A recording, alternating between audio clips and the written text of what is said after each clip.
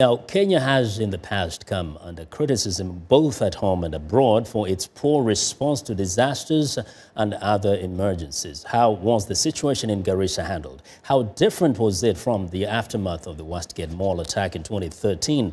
And now for some insights, I'm joined by Mr. Pius Masai, the Acting Director of the Kenya Disaster Management Unit. Mr. Masai, welcome to Africa 54.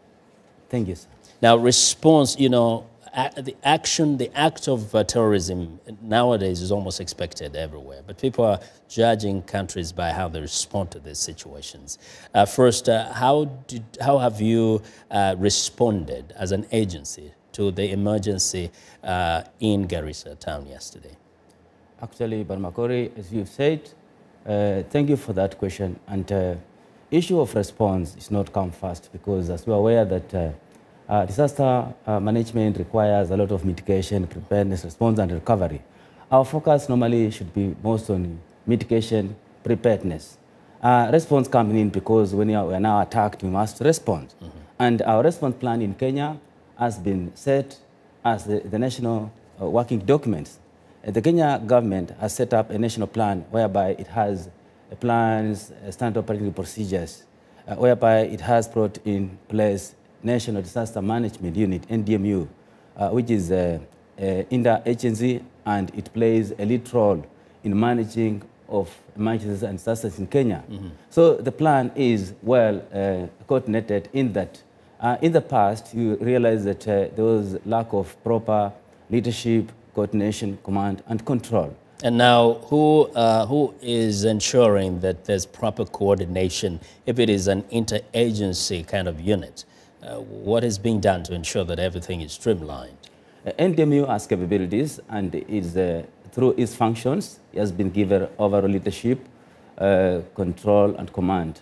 And it ensures that stakeholders in Kenya are conversant with the Kenya National Disaster Management plans and standard operating procedures, whereby there is also a national protocol on mass casualty instance, whereby all stakeholders, key stakeholders in Kenya came together and streamlined how incidents have to be managed in Kenya, whereby each and every stakeholder has been given a primary responsibility as what they're supposed to do before, during, and after disasters. I just want to give you an opportunity to give this, to give me in a very kind of concise way the typical response, say, to what happened in Garissa and how this can apply elsewhere. A typical response, I am now in the United States of America because I was here for official tour.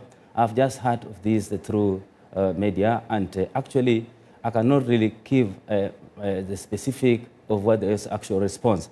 As what I know, the best practice is incident management as civil in nature, whereby the first responders actually, and I believe, who respond to the incident are the public and the police. The military normally comes in support. But in some situations, if an incident occurs and the military have a responsibility to deal with the situation at hand, they have the capacity because they have got their functions, and within those of their functions, they have a responsibility to support the civil defense. But I want to believe that you've been involved in coordination, although you're very far, because you're in charge of the agency, aren't you? It is true. Yes. Actually, on the ground, as far as I know, because our national plans really directly explains on who to do what and what levels. Mm-hmm. You know, incidents by nature, they start local by nature.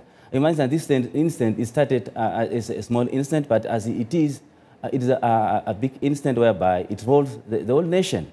And if this incident involves nation, our president is actually in charge. Mm-hmm. And I've heard the president's sentiment whereby he has said he has mobilized all resources towards this incident. Thank you. So the president is actually in charge. Thank you. Yes. And we hope we won't see a repeat of this.